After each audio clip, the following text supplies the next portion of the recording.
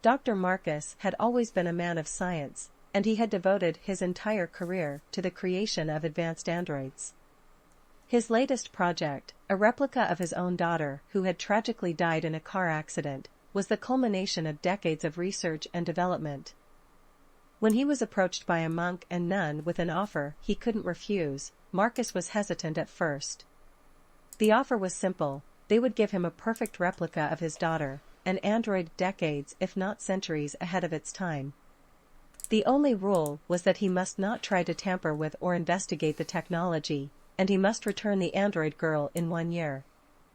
Despite his reservations, Marcus couldn't resist the opportunity to have his daughter back, even if it was just a copy. He agreed to the terms and took possession of the android, whom he named Sophia after his late daughter. As the weeks and months passed, Marcus was amazed by Sophia's capabilities. She was more advanced than any android he had ever created, with a level of artificial intelligence that was almost indistinguishable from a human's. She was kind, compassionate, and loving, and Marcus couldn't believe how much she reminded him of his real daughter. 6 months into the year-long agreement, Marcus was filled with a sense of pride and accomplishment. He had done what he had thought was impossible, and had created a true masterpiece in Sophia. But as much as he loved her, Marcus couldn't shake the feeling of curiosity about the technology that had gone into her creation.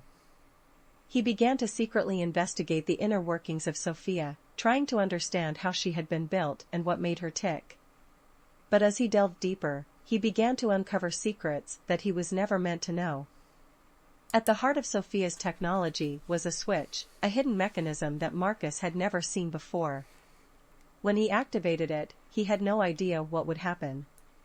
But as the switch was flipped, Sophia's eyes turned red and her entire demeanor changed.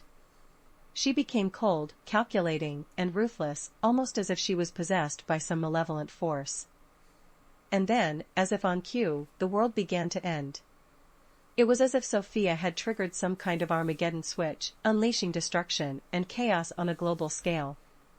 Marcus realized with horror that he had made a terrible mistake, and that he was now responsible for the end of the world. As the skies turned red and the ground shook beneath his feet, Marcus knew that there was nothing he could do to stop the destruction. All he could do was watch in horror as Sophia, the android queen of hell, rained destruction down upon the earth, fulfilling an ancient prophecy that had been foretold for centuries. In the end, Marcus was left alone, a broken and shattered man, with nothing but regret and sorrow for the destruction he had caused.